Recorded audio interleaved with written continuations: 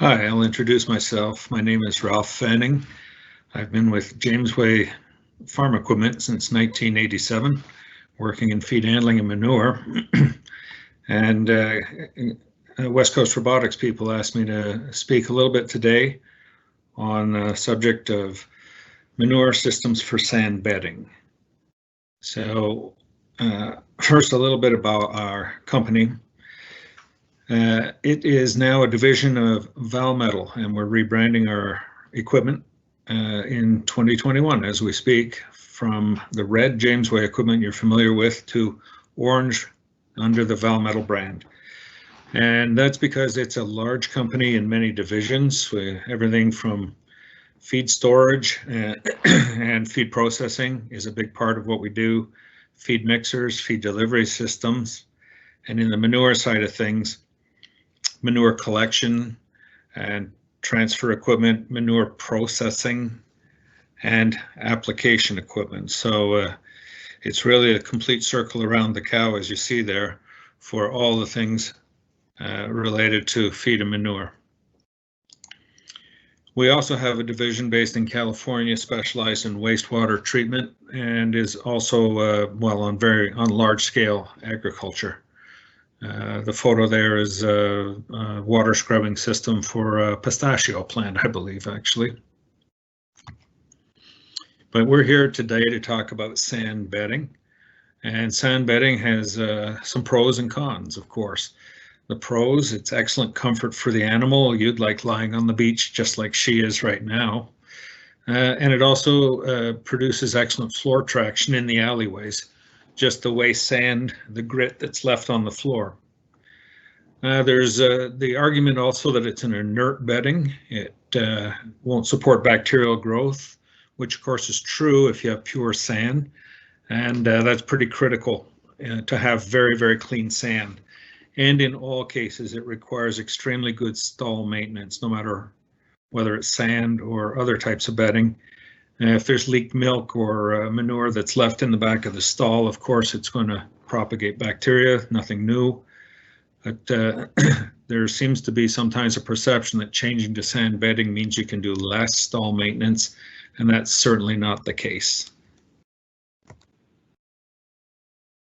So what are the problems with sand bedding? Well, one big problem is it's extremely abrasive. It's very bad for equipment.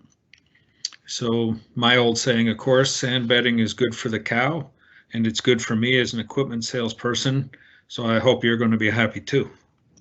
But really, there's a long way there's been a lot of progress in making this less problematic.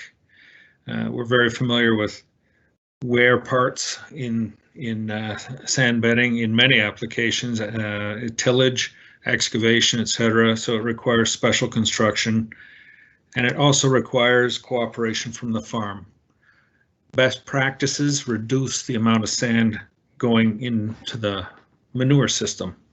We have farms that are using in excess of 80 pounds per cow per day, and many that are down at 30 pounds per cow per day. You can be sure the equipment will last much, much longer when there's a lower content of sand, of course. So the little cutaways on the right-hand side here, you see a conventional curb at the back of a stall that's filled up with sand. And the problem with this is we have a brisket board. We want her hanging over the stall a bit so that manure falls in the alley. The problem is this is not comfortable to her, so she's not going to like that. She'll creep forward into the stall or she'll have a sore hip. So the tendency to protect against that is we fill the stall up much more full. And that gives her a nice comfortable bed like we see here. The problem, of course, with that on bedding day, there is a huge amount of sand that goes out into the alleys. So if the construction is made with a sand curb, which is gently sloped on the inside, and we fill up barely level to it, if her hip lies on this gentle slope, it doesn't bother her. In fact, she's quite shaped that way. So a sand curb will reduce the amount of kick out in the first day an enormous amount. Also, when you're placing sand, if it's placed too much at the back when you add sand, it needs to be distributed a bit. If you have a hummock back here, they will paw around and put a lot more sand out into the alleyway again. This is a significant problem that systems that work well several days of the week may fail on sand day, stall filling day sometimes. So our first job in a manure system is to collect up the manure. Of course, there's lots of choices, flush systems or tractor scrape, etc.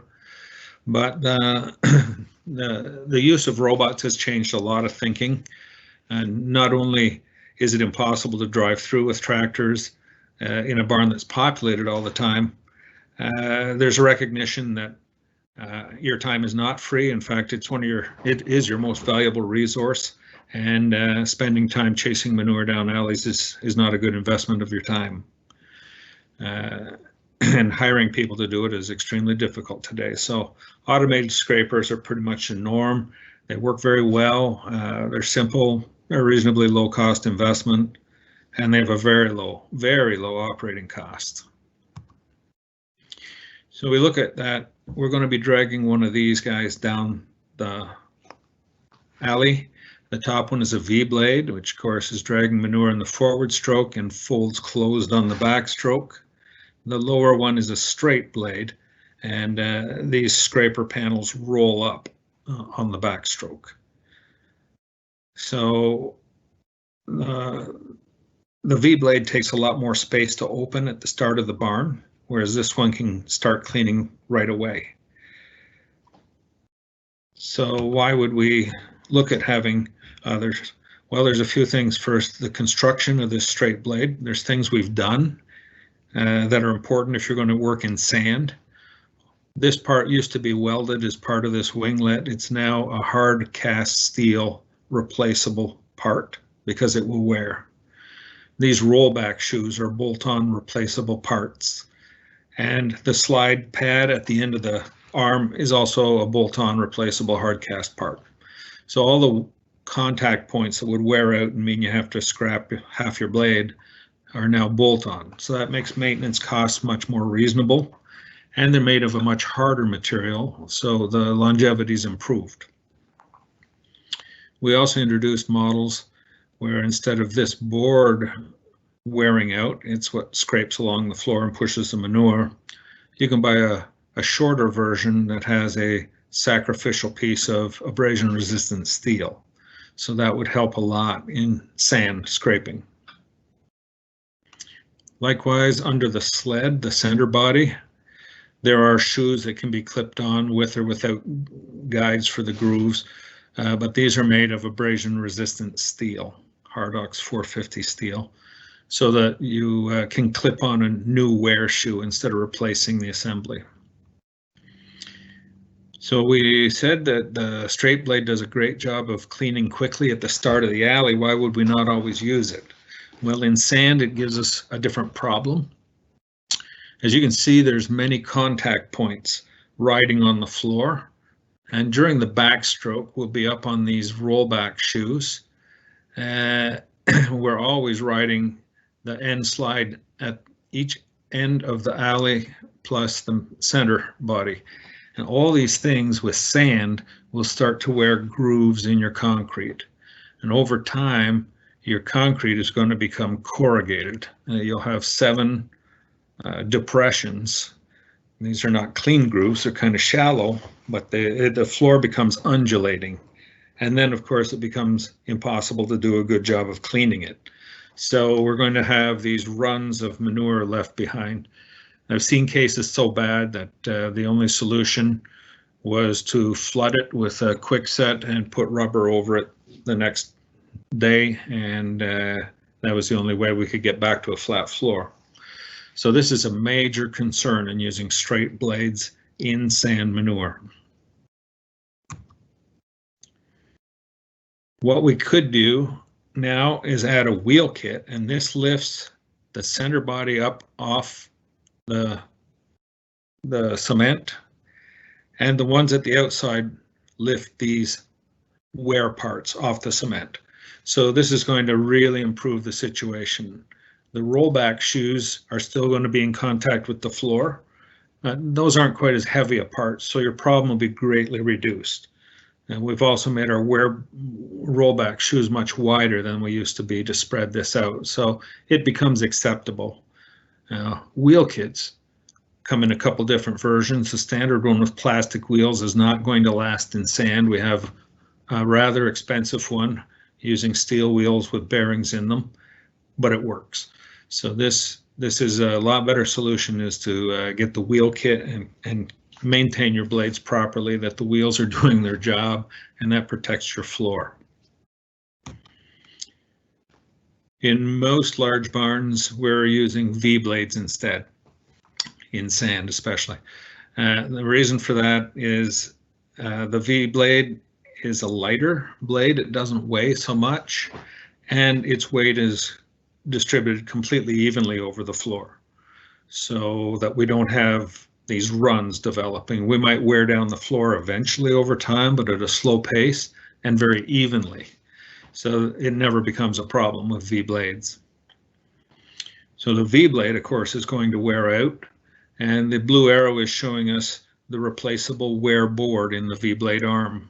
And this is different versions available. UHMW 1-inch thick is used normally on top of rubber flooring to be very light and gentle on rubber. In most applications on concrete, we would use a steel 1/2-inch thick by 6-inch strap, or a Hardox 3/8 if it's sand. Hardox is much longer wearing than steel. 3/8 Hardox will far outlast 1/2-inch steel. And as these things wear down, there's a floating hinge. This blade arm will start letting down, and we have 1 inch of stroke. And when we've run out of that, we can unbolt this board and move it to the lower set of holes in the backer arm and use it again. And then when that's done, we can flip it over, use the high holes and then the low holes. So we get 4 uses out of each wear board. And it's not a very expensive part. Excuse me. There's a new choice in 2021. We've been experimenting with it for a while. We developed it with a supplier, actually in Quebec. And it's abrasion resistant rubber, which I had not heard of. And it's not a standard rubber. It is specifically made for wear. And we've tried it at the roughest, toughest sand test barn we have, which is in Wisconsin. And the life is 250 to 300% that of the Hardox. So it's not a cheap rubber, but the life is extremely long. The other thing we feel is the rubber tends to not wear the floor as much as any steel type. So it's really the ultimate choice for sand scraper blades. The other thing that's good about V blades in sand is we can work at different angles. I might have a 12-foot alley, and if I ordered a nominal 12-foot V blade, it would work as we see at the bottom picture on a fairly low angle, and it doesn't take a lot of space when it gets to the manure drop slot, so that's great. However, in sand, we usually have unequal loads, but especially if you're in a single stall alley, you're going to have a lot of sand on one side and none on the other. Then we like to operate in a deep V, which takes the load off the outer part of the arm by sliding it down to the middle, and our blade wants to run much more straight. So we always recommend high angle in sand when possible. As an aside, we also find in a lot of robot barn designs that the alleys are not always straight. We have an area where it narrows down or widens out, and in that case we can replace the end bumper with an actual roller. If you start off at a high angle and add a roller, we're going to be able to follow changes in the wall like that. So which system do we use? There's a couple to choose from. We can have a cable alley scraper system, which has been on the market for many years. And there's a lot of things people like about cable scrapers. They're long lasting, they're quiet, everything's great, except for the cable life. And when we get into sand, the cable life is really problematic. If you see the steel cable up here at the top left, It's a aircraft style, so it's twisted, usually 7 by 19 strand bundles. And as we drag this along the floor, of course, there's abrasion on the outside, and a couple of bad things happen. One is, as each individual fiber or strand in there breaks, it can make the cable have sharp ends sticking out of it, which is not great for the cow. And worse, some of those get a little unraveled and then break off, and they can actually become embedded in the cow's hoof. So this is a negative for steel cables. So the one beside it is called DURA cable. It's plastic and it's braided, and the outside of it can get pretty worn and fuzzy over time, but of course it's never going to be dangerous. The other huge advantage there in a braid versus a twist is when the first bundle is worn all the way through by dragging on the floor, it's going to unravel this cable and it's completely finished. I could take a pocket knife and pull up one of these bundles out of this braided cable and cut it off right now, and it would continue working as no problem. The braid holds it together. So there's a lot of good pluses to that plastic cable. What's the minuses? Well, it's expensive, but aside from that, it has a lot of stretch for you to deal with, and we figured out ways your dealer can help you with managing initial stretch. And it's also a little prone to damage. If it scrapes against anything sharp, it's not going to stand up like steel cable might. It won't wear that thing away. That thing will wear it, and you'll have to buy a new cable before long. So we have to be very careful about the cable path is good. This cable here is a new one, which is a hybrid. It's got a stainless core with a plastic outside, and the stainless fibers are within each bundle. So it's not like a sheath, it's integral. So this gives you the safe exterior of a plastic cable with less stretch like a steel cable.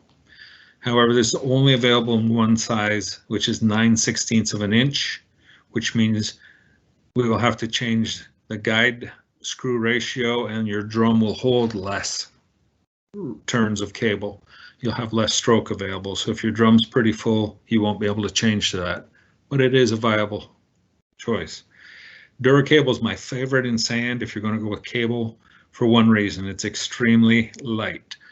And when it's under tension, as we see here, it's running straight off this wheel. The sled could be 30, 40 feet down the alley and the cable's still not touching the floor. If you're going to run on a sand friction surface, well, I always say if I had to rub my knuckles on sandpaper, I sure wouldn't want to press down hard. So the fact that the cable weighs nothing is its secret to long life.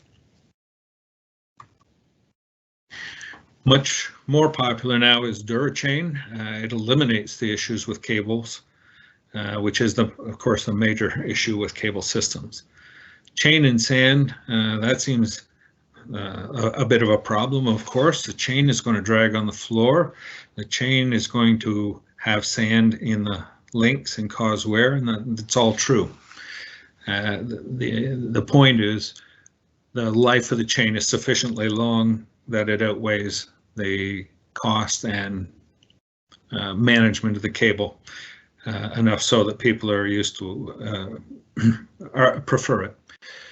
Chain life is hard to say because we have big barns and little barns, and we have terrible sand and not bad sand. But the worst duty users are getting 3 to 5 years out of chain. Most guys are getting 8 and 10 even in sand. So I can't answer the question you're about to ask me, is how long will the chain last? It's all over the map according to the owner and the type of sand. However, if it's going to last a short time in chain, you're really going to hate cable. So many people have changed to chain. You don't have to work so much on cable tightening or replacing cables, but you do have to work with chain tensioning. The chain will elongate as wear happens between the links, and you'll have to remove sections of chain. So we have different models of drives, but each can be equipped with automated tensioning. where we have some hydraulic cylinders that keep the tension on the chain constant as the chain elongates. When we have no more stroke on the cylinders, well, then you're going to take a section of chain out. So that's the maintenance associated with chain systems. We have regular corner wheels with bushings, and we also have a special corner wheel for sand in the DURA-CHAIN system. I strongly recommend the sand one. And with DURA-CHAIN, we have this chain lying on the floor. There's a lot of worries. Well, the cows will step on that and be injured. And I would say probably 80 to 90% of the systems installed in North America are on top of floor. And the cows see the chain and step over it quite easily. I'm not sure, but I think the groove may be even more of an ambush for a cow's foot than the chain lying on top of the floor. She's unaware of it because it's full of manure. In any case, it's to the owner's preference which way we go. But in sand, this chain running on the floor will wear a groove. So if you're going to go with a groove, we offer a track, which is a 1/2 inch thick abrasion resistant steel on the floor. We have a procedure.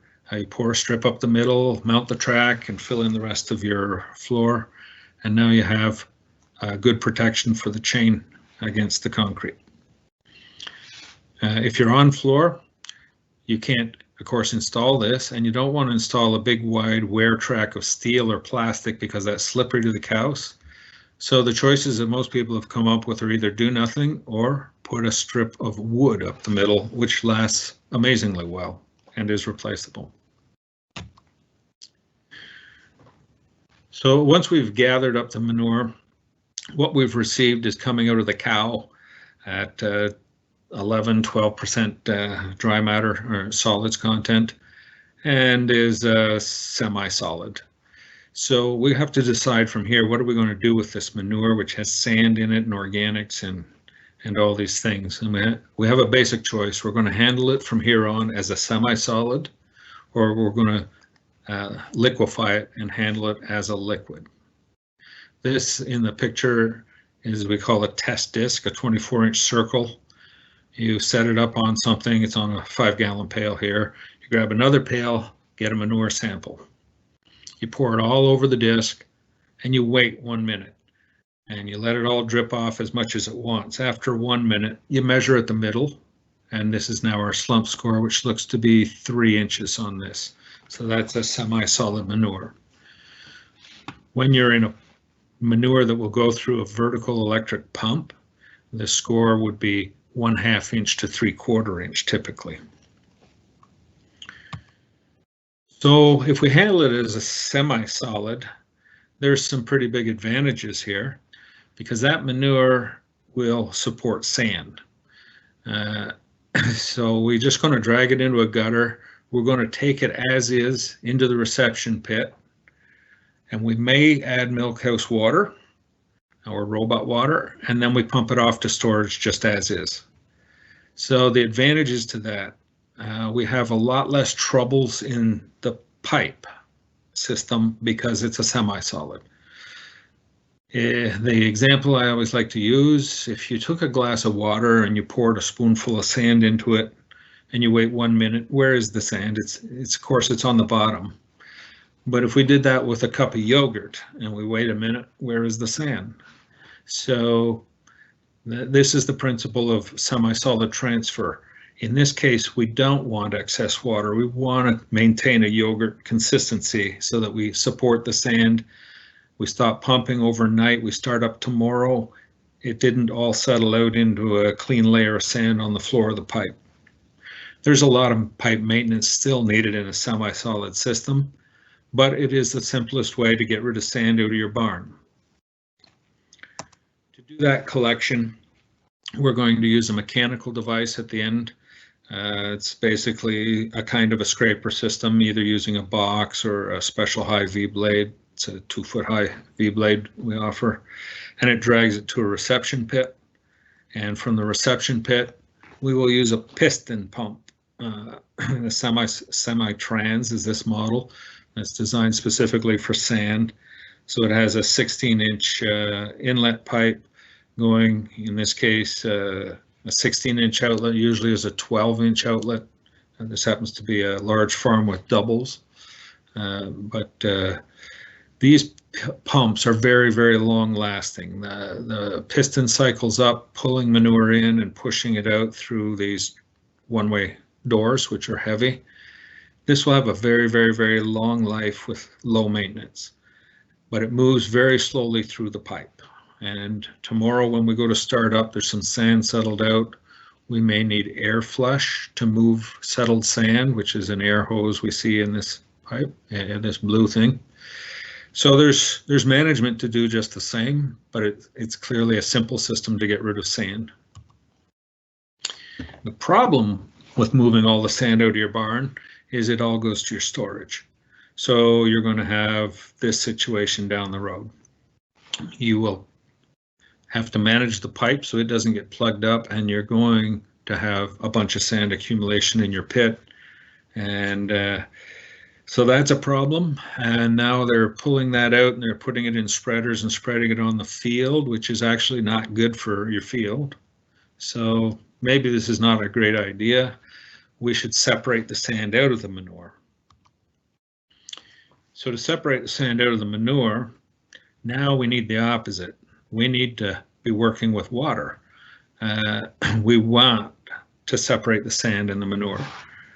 So we can choose to collect this as a semi-solid and liquefy it here, but in most cases we're going to liquefy it in the cross gutter, and then we will take the sand out and send the rest off to storage. So the collection system most typically is called a flume, an underfloor pipe or trench. Trenches are better in sand, by the way. If you ever had a problem, you have access to clean out a problem. But we drop manure into this pipe by the alley scraper system, and a pump brings liquid and shoots it down the line and flushes like a toilet. And we bring this all back to a reception pit. From there, we can decide what we're going to do, send it to storage or separate sand. And there's some rules about cleaning this out. We're going to need a lot of flow, and the amount of flow will depend on the type of sand you have, the width of the barn, and the water content. But pretty typical, a round flume like this is around 40 horsepower. If you're really horsepower challenged, you can build a much more expensive flume pipe, a V-trench. It's very difficult to build, but it will work with lower flow rates. So be prepared, you're going to need large motors for flume systems. Most typically, depending on elevations, we'll either have to collect that into a reception pit and then elevate it, or preferably we could come straight out of the barn into something called a sand lane. And a sand lane is a, well, it's exactly that. It's a laneway that has a very specific slope, and our job here is to slow down the flow. And we want to slow it down specifically to the speed at which all the sand will start falling out of the water, but the organics will not. And this is very important. If we are too slow in the lane, we don't have enough flow, we don't have the right slope, we don't have the right consistency of manure, the organics will stick in the sand, and that's not good. We want clean sand.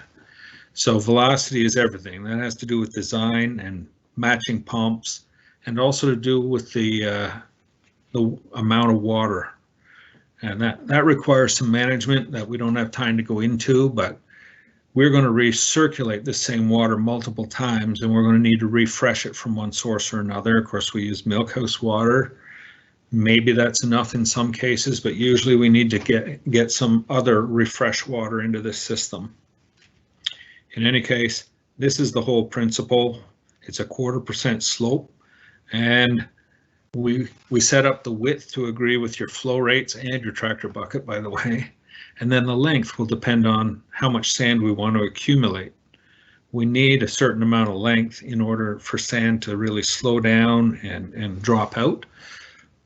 But then on this operation, is a large operation in California, they clean the sand out once a day or twice a day. In fact, they will have 2 of these sand lanes. They will clean each one once a day. So they have about 12 hours capacity in a 300-foot lane. Well, where you are, that's too big of a lane, and we don't want to probably clean it out every day. So this might be something more typical. I know West Coast has installed a number of sand lanes already, but this is a more reasonable scale operation.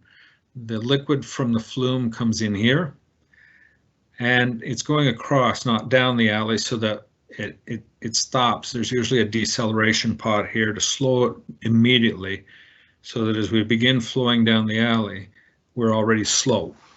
And you see there's a lot of sand accumulated right here, and as we go down, then we see the liquid.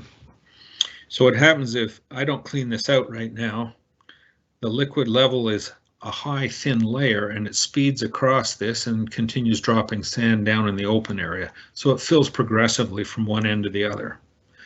And basically, if you have a sand lane that shows sand 2/3 of the way down, it's time to clean it out, because there's already some sand sneaking over the end.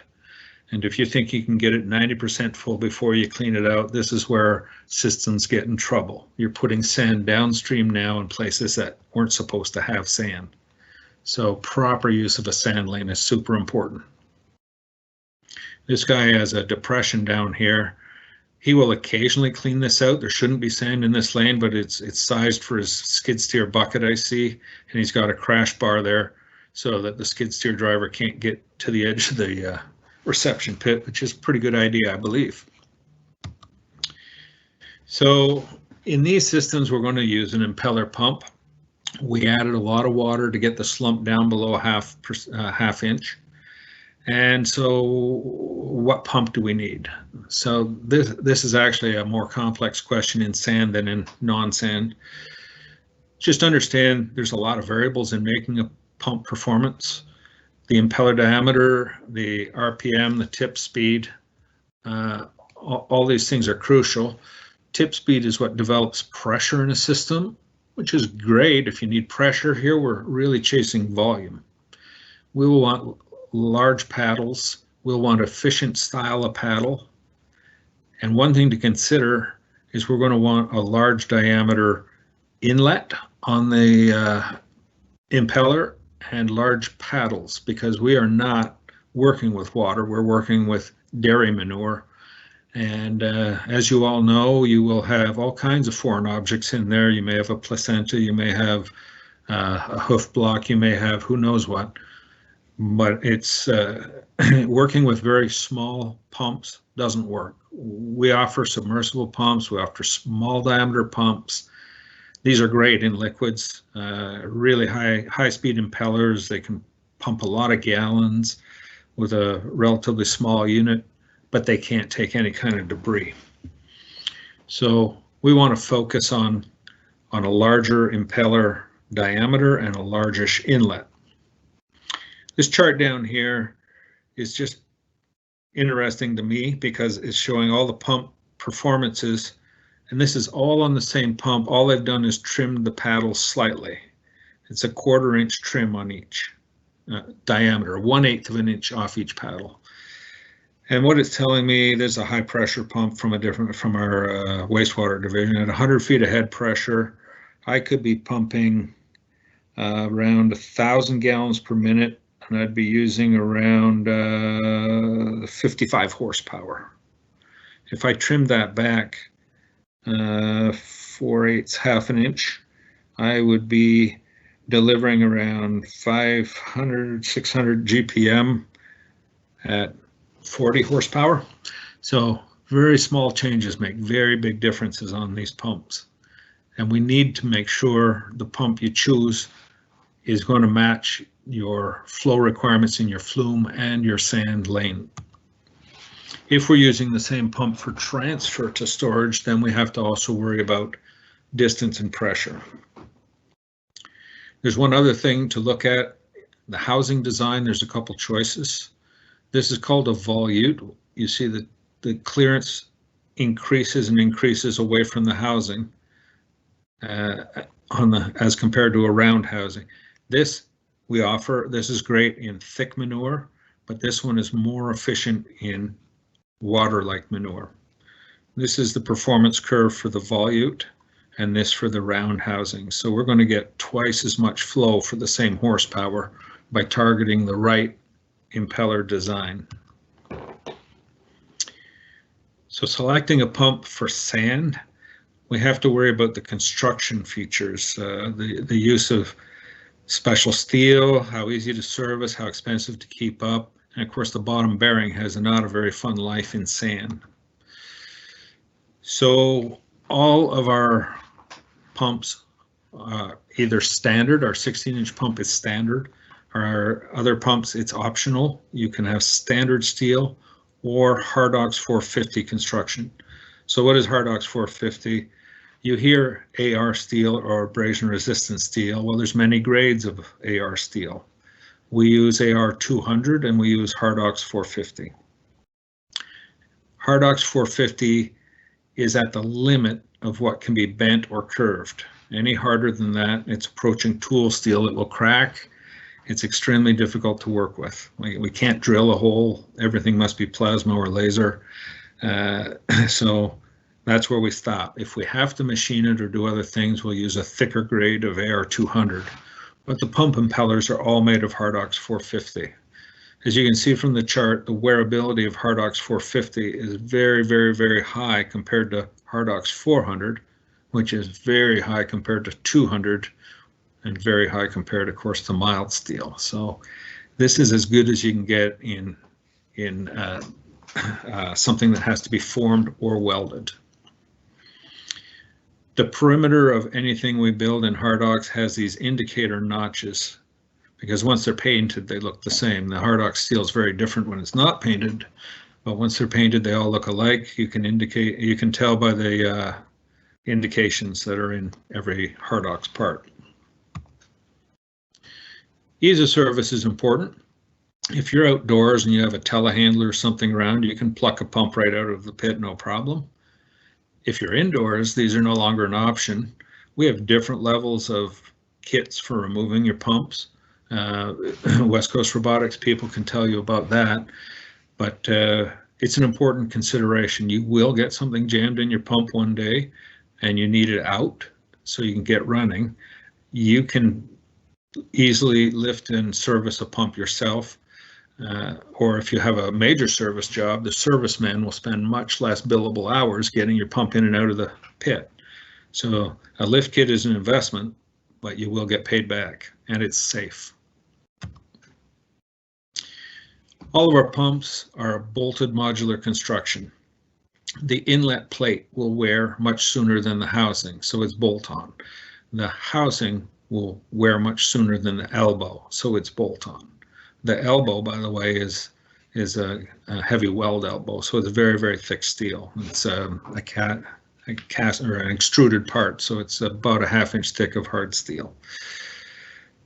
The oil bath is a module. This is the bearing area. It's going to need service. Are you going to be down for a week? Or are you going to be down for an hour? It's a module that pops in and out, so you can put your pump back in service and repair the other spare later. Speaking of the bottom bearing, we have two versions. This is for a 16-inch pump, and it uses a similar system as this is for the 20-inch electric pump. This is impeller diameters we talk about. There is a stack of seals at each end. At the upper end, we just have a couple of seals. At the bottom end here, we have 6 of them. One is a double lip to keep the oil in. 2 of them are grease seals that are preventing dirt from approaching the oil seal. And these ones are grease seals that are allowing grease pressure to vent outwards. So we're always flushing the outside. And that's the principle of any good bottom bearing in manure. You need to flush the grease through the seals to prevent entry. And this happens to be a very large high horsepower. It's a 250 horsepower unit that we put on the large electric pumps. And the smaller version you saw earlier is a 5 seal. This one is an 8 seal. These have been in use for many, many years. Other thing to consider is the duty cycle. We might have 3 or 4 different models of pumps that could supply your needs, but some are small pumps running fast and some are large pumps running slow. Well, a big strong pump running slow is good. A high capacity pump running few hours, of course, is good. Just so you know, velocity is not our friend in sand. So we will require a certain tip speed in order to produce the pressure we need, but flushing is not a high pressure job. We're better off with a low tip speed and a big paddle to produce the volume we need, and you'll have a lot less wear. A quick bit of info on the 2 series of pumps. The 12 and 16 inch are the same pump, only the impeller, housing, and blade are a different size. And these both feature a 5x5 main beam with a 2 3/4 inch balanced drive line. So it's a tubular drive line, pulley on the top and oil bath on the bottom. Very simple, no mid bearings.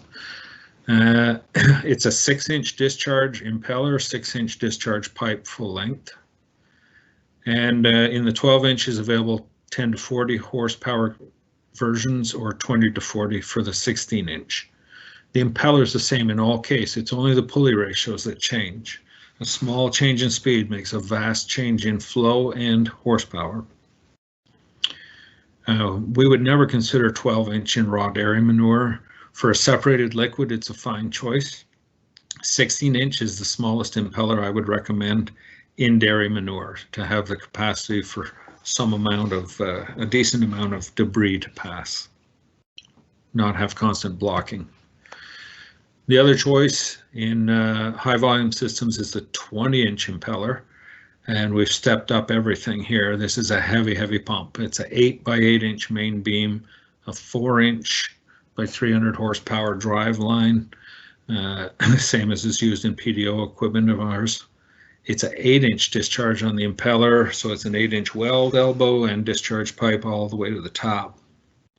And it's offered in 50 and 75 horses standard. There is 100 horse, which requires some discussions about how you're going to bring it in and out for service because of the weight of the motor.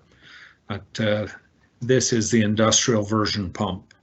And I know West Coast Robotics has sold both versions, so you can speak to them if you want to go see one or the other. So that concludes my presentation.